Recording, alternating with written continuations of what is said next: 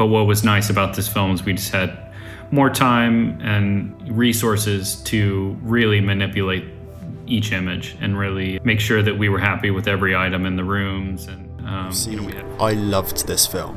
It's one of my favourites of the year, but when I sat down to do a bit of research for this video, I found that it isn't too popular, which I fully understand if you went into this hoping for a conventional fantasy film, but it really isn't that.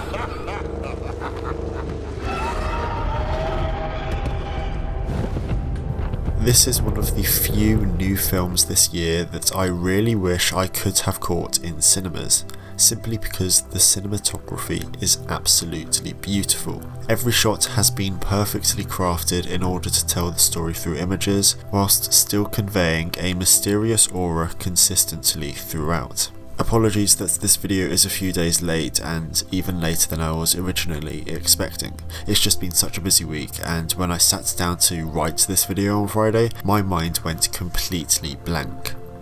In today's video, I want to look at the equipment Andrew Droz Palermo opted for to achieve the look, how he created a mysterious atmosphere, as well as just looking at the cinematography in general.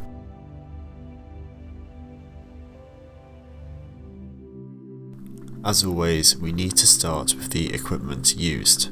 Now, this is the first film that I can remember talking about where they have used the Alexa 65, one of the most unique cameras in use today. Palermo then paired this with Arri's DNA primes. But what's so special about the Alexa 65?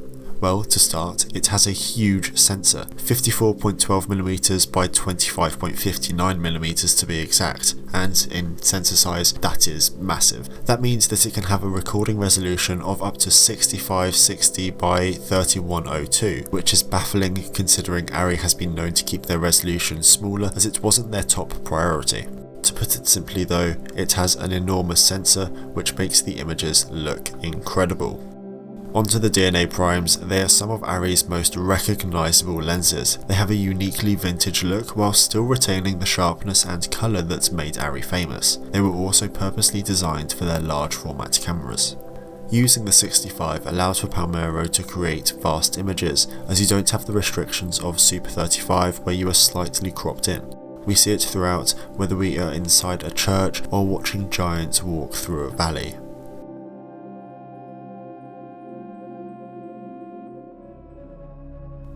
So how do you actually create a mysterious atmosphere?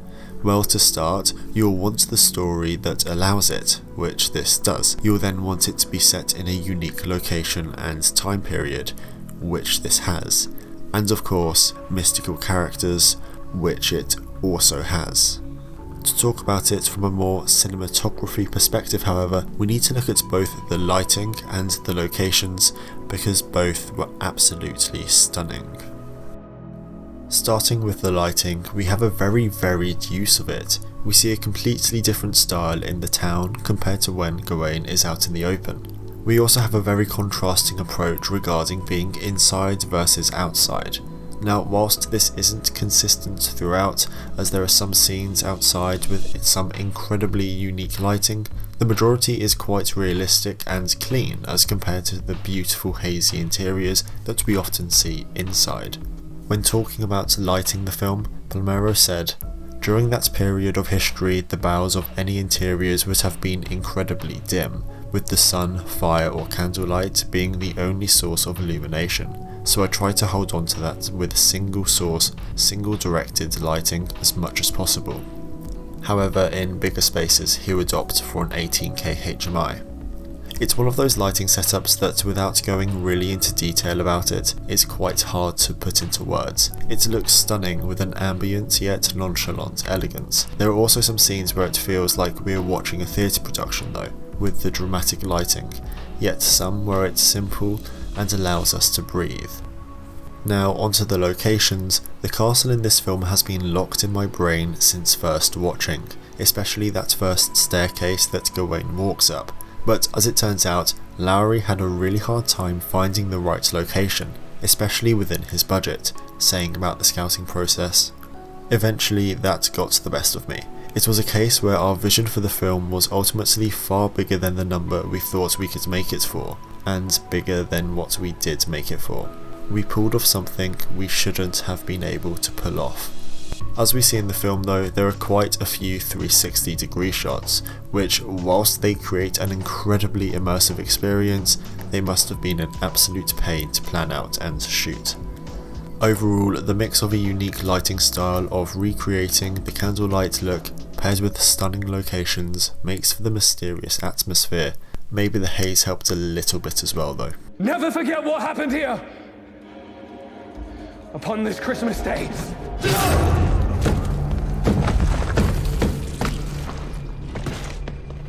I also just wanted to touch on a couple of the techniques that Andrew Droz used throughout the film in order to create an unparalleled style. He opted for a lot of central framing, which allows for a very powerful perspective when watching. There are almost entire sequences where we are just watching a character in the middle of a frame and we just feel powerless towards them.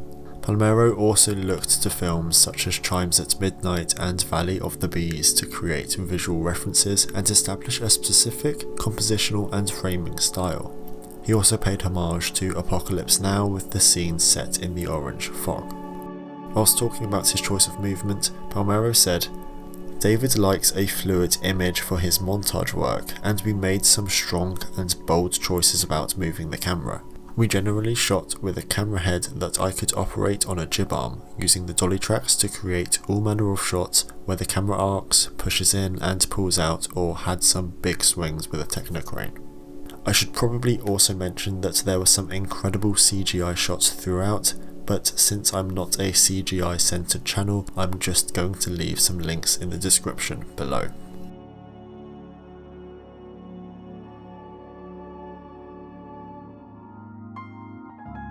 Ultimately, we have a very unique and distinct style that we haven't seen in the fantasy genre before. There is a unique use of lighting and VFX paired with some gorgeous locations and topped off with an alluring story.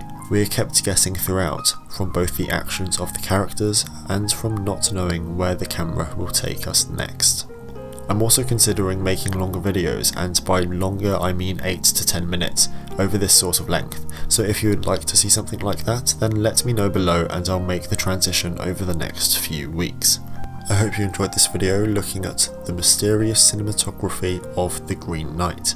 If you have a film or TV show that you would like to see me analyse, then leave a comment down below.